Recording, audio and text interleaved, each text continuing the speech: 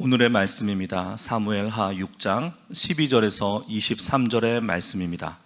사무엘하 제6장 12절에서 23절의 말씀 우리 오늘 함께 봉독하도록 하겠습니다. 어떤 사람이 다윗 왕에게 아뢰어 이르되 여호와께서 하나님의 괴로 말미암아 오벳에돔의 집과 그의 모든 소유에 복을 주셨다 한지라. 다윗이 가서 하나님의 궤를 기쁨으로 메고 오벳에돔의 집에서 다윗의 성으로 올라갈새 여호와의 궤를 맨 사람들이 6걸음을 가매 다윗이 소와 살진 송아지로 제사를 드리고 다윗이 여호와 앞에서 힘을 다하여 춤을 추는데 그때 다윗이 배 에봇을 입었더라. 다윗과 온 이스라엘 족속이 즐거이 환호하며 나팔을 불고 여호와의 궤를 메어 오니라. 여호와의 궤가 다윗 성으로 들어올 때에 사울의 딸 미갈이 창으로 내다보다가 다윗 왕이 여호와 앞에서 뛰놀며 춤추는 것을 보고 심중에 그를 업신 여기니라. 여호와의 궤를 메고 들어가서 다윗이 그것을 위하여 친 장막 가운데 그 준비한 자리에 그것을 두매 다윗이 번제와 화목제를 여호와 앞에 드리니라. 다윗이 번제와 화목제 드리기를 마치고 만군의 여호와의 이름으로 백성에게 축복하고 모든 백성 곧 온 이스라엘 무리에게 남녀를 막론하고 떡 한 개와 고기 한 조각과 건포도 떡 한 덩어리씩 나누어 주매 모든 백성이 각기 집으로 돌아가니라. 다윗이 자기의 가족에게 축복하러 돌아오매 사울의 딸 미갈이 나와서 다윗을 맞으며 이르되 이스라엘 왕이 오늘 어떻게 영화로우신지 방탕한 자가 염치 없이 자기의 몸을 드러내려는 것처럼 오늘 그의 신복의 계집종의 눈앞에서 몸을 드러내셨다 하니 다윗이 미갈에게 이르되 이는 여호와 앞에서 한 것이니라. 그가 내 아버지와 그의 온 집을 버리시고 나를 택하사 나를 여호와의 백성 이스라엘의 주권자로 삼으셨으니 내가 여호와 앞에서 뛰놀리라. 내가 이보다 더 낮아져서 스스로 천하게 보일지라도 내가 말한 바 계집종에게는 내가 높임을 받으리라 한지라. 그러므로 사울의 딸 미갈이 죽는 날까지 그에게 자식이 없으니라. 아멘. 사무엘하를 묵상하고 있습니다. 사무엘, 상하 두 권의 책으로 되어 있지만 실은 한 권의 책이죠. 이 사무엘에는 세 사람의 이야기가 그려집니다. 사무엘과 사울과 다윗. 이들의 이야기를 일대기나 전기처럼 읽으면 너무나도 성경이 평면적이고 그 이야기들을 통해서 하나님께서 우리에게 주시고자 하는 그 영적인 교훈을 놓치게 됩니다. 올 가을에는 사무엘서를 이렇게 한번 읽어보시기를 권면해요. 하나님께서 사용하시는 사람은 누구인가? 이런 관점에서 사무엘 상하를 읽어보시기를 권면합니다. 사무엘상 13장 14절에 여호와께서 그의 마음에 맞는 사람을 구하여 여호와께서 그를 그의 백성의 지도자로 삼으셨느니라. 이렇게 기록되어 있습니다. 사무엘상 1장에서 7장까지는 하나님께서 찾으시는 사람이 누구인가? 겸손한 사람입니다. 삼손과 데비를 이루는 사무엘을 통해서 우리는 그것을 알 수 있습니다. 그리고 이어지는 8장과 15장에서는 순종하는 사람을 하나님께서는 찾고 사용하신다 알 수 있습니다. 교만한 사울과 겸손한 목동 다윗의 대비를 보십시오. 그리고 이어지는 16장과 1장에서는 하나님께서 그 택하신 사람을 어떻게 정결하게 순결하게 만들어 가시는가 이야기가 나와 있습니다. 그리고 사무엘 하에 들어서게 되면 이제 다윗의 통치가 시작되는데요. 다윗의 통치는 하나님의 이름을 사랑하는 사람, 하나님의 이름을 사랑하는 사람이 어떤 사람인가를 증명하는 이야기예요. 그러나 이 이야기는 해피엔딩이 아니죠. 사사시대, 바락과 기드온과 입다와 삼손, 그리고 첫 번째 왕 사울의 죄를 다 합친 것보다도 더 심각한 죄를 다윗이 저지릅니다. 그 이후의 이야기는 하나님께서 사용하시는 사람은 회개하는 사람이다. 그리고 그 회개라는 것은 자신의 죄를 인정하고 하나님께 용서를 구하는 것을 넘어서서 더 나은 구원자, 하나님께서 사용하시는 완전한 사람, 완전한 이가 누구인가를 대망하게 만들어요. 이렇게 사무엘서를 하나님께서 사용하시는 사람은 어떤 사람인가? 그리고 이렇게 사무엘서를 읽으려면 우리 안에 어떤 마음이 있어야 되겠습니까? 나 하나님께 쓰임 받기 원한다. 하나님께서 나를 사용하시기를 원한다. 내가 하나님 그의 영광의 이름을 높이기를 원한다는 마음이 있으셔야죠. 이런 마음으로 사무엘서를 읽으시다 보면 그것이 단순히 사무엘과 사울과 다윗의 이야기가 아닌 나의 이야기, 우리의 이야기가 될 줄 믿습니다. 오늘 말씀은 하나님의 법궤가 드디어 다윗성으로 들어오는 이야기, 그 이야기입니다. 하나님의 법궤, 하나님의 언약의 말씀이 담긴 이 언약궤는 참으로 우여곡절을 많이 겪죠. 어제 본문에서 다윗이 이 하나님의 언약궤를 모셔 올려다가 큰 봉변을 당하죠. 다윗은 하나님이 이 언약궤를 옮겨오기 위해서 이스라엘 각지에서 3만여 명을 선택해서 모아요.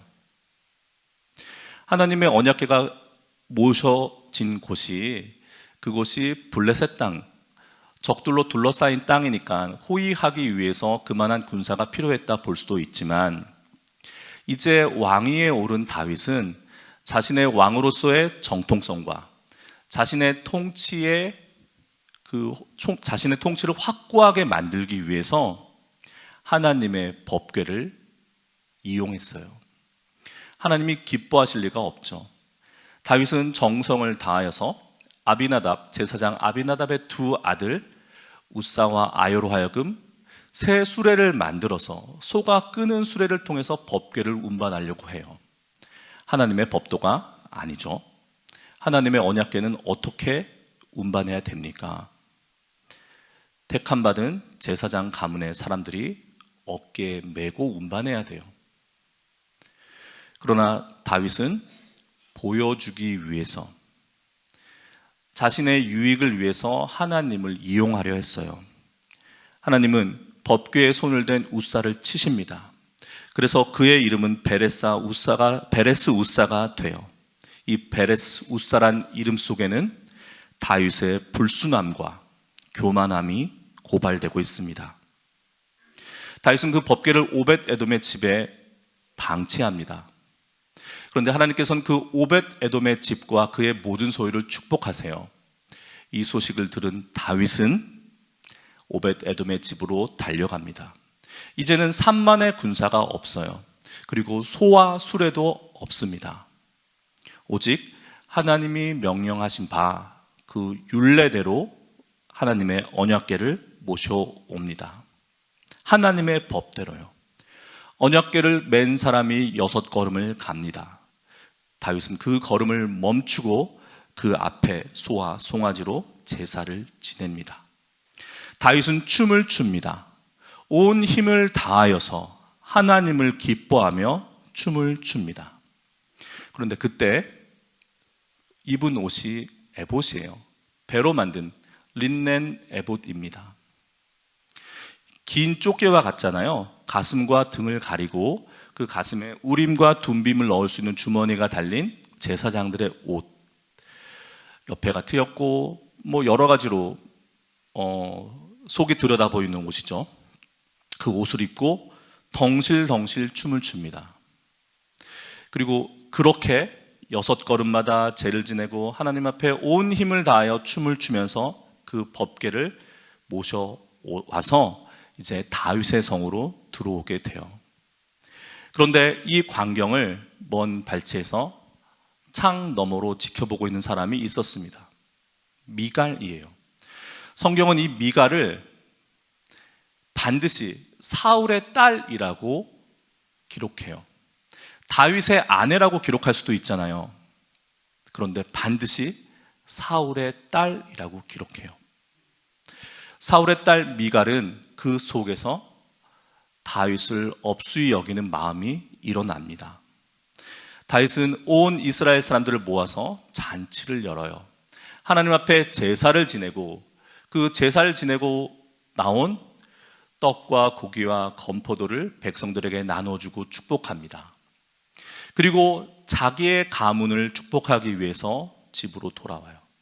다윗의 마음이 얼마나 기쁨으로 하나님의 영으로 충만했겠습니까?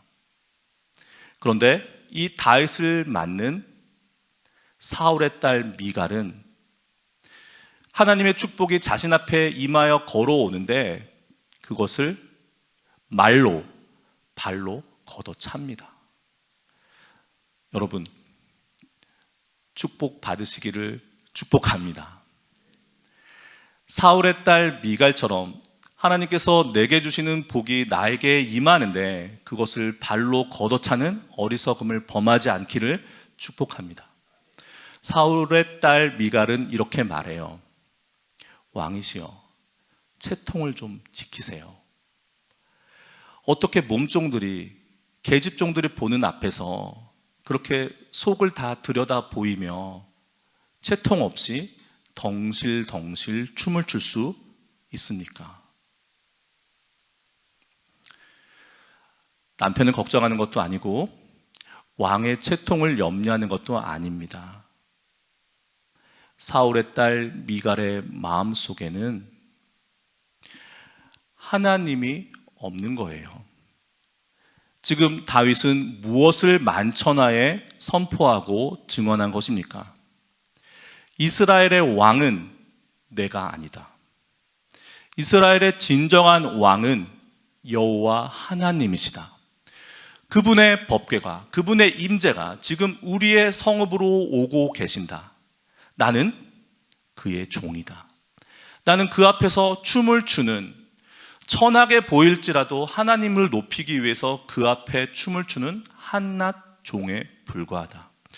그것을 하나님 앞에서와 온 이스라엘 앞에서 선포한 거예요. 그런데 미갈은 뭐라 말합니까? 왕이시여, 채통 좀 지키세요. 뭐가 중요합니까? 무엇이 중요한디? 다윗은 명언을 남깁니다. 22절의 말씀이에요. 내가 이보다 더 낮아져서 스스로 천하게 보일지라도. 무슨 말입니까? 하나님을 높인다면, 하나님 그분의 이름을 위해서라면 나는 이보다 더 낮아지고 이보다 더 천하여져도 된다라는 것입니다. 이 다윗의 말과 행동은 이스라엘의 진정한 왕이 누구신가, 우리의 진정한 왕이 누구신가를 보여주고 있어요.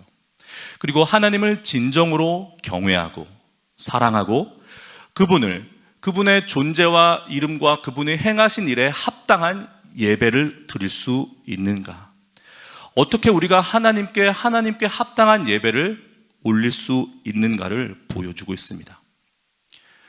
여러분, 진정한 예배는 하나님의 왕되심과 우리는 그분의 종이다라는 것을 드러내는 것이에요.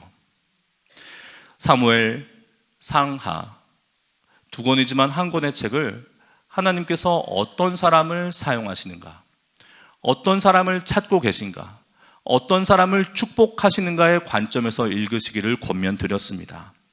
그렇다면 오늘 우리는 이 다윗의 하나님의 언약궤를 모셔오고 그것을 맡고 온 천하에서 하나님의 이름을 선포하는 다윗을 통해서 겸손하고 순종하고 정결하고 회개하는 사람, 다윗과 같은 마음으로 다윗과 같은 사람이 되기를 원하며 하나님을 예배해야 함을 알 수 있습니다. 여러분, 마음속에 미갈을 지워버리십시오. 미갈은 축복의 사람이 될 수 있었어요. 사울의 딸이 아닌 다윗의 아내로 성경에 남아있을 수 있었어요. 23절은 이렇게 기록합니다. 사울의 딸 미갈이 죽는 날까지 그에게 자식이 없으니라. 만약 미갈이 하나님을 인정하고 하나님을 경외하고 하나님을 예배하는 남편 다윗과 함께 했더라면 그는 영원한 나라, 우리의 구주 메시아의 거룩한 계보에 이름을 올릴 수 있는 복된 여인이 될 수 있었습니다. 여러분, 마음속에 사울의 딸 미갈을 지워버리시고 다윗과 같이 하나님을 예배하시기를 축복합니다. 하나님의 영광을 위한 것이라면, 하나님 그분의 영광스러운 이름을 위한 것이라면 비록 내가 바보처럼 보일지라도, 비록 내가 낮아져서 천하게 보일지라도 그것은 아무 문제가 되지 않습니다. 그 다윗의 축복이, 하나님이 찾으시고 하나님을 예배하는 자의 축복이 오늘 저와 여러분에게 충만히 임하시기를 축복합니다. 기도하시겠습니다. 거룩하신 하나님, 하나님을 예배함이 우리가 할 수 있는 가장 복된 일입니다. 하나님을 예배할 때 겸손하게 순종하는 마음으로, 깨끗한 마음으로 우리의 잘못과 죄를 회개하며 다윗과 같이 우리를 높이는 것이 아니라 오직 하나님 당신의 이름만을 높이며 예배하는 예배자로 살게 하여 주옵소서. 오늘 주신 우리 한날의 삶이 그러한 하나님이 원하시는, 찾으시는 예배자의 삶 되게 하여 주옵소서. 우리 구주 예수 그리스도의 이름으로 기도합니다. 아멘.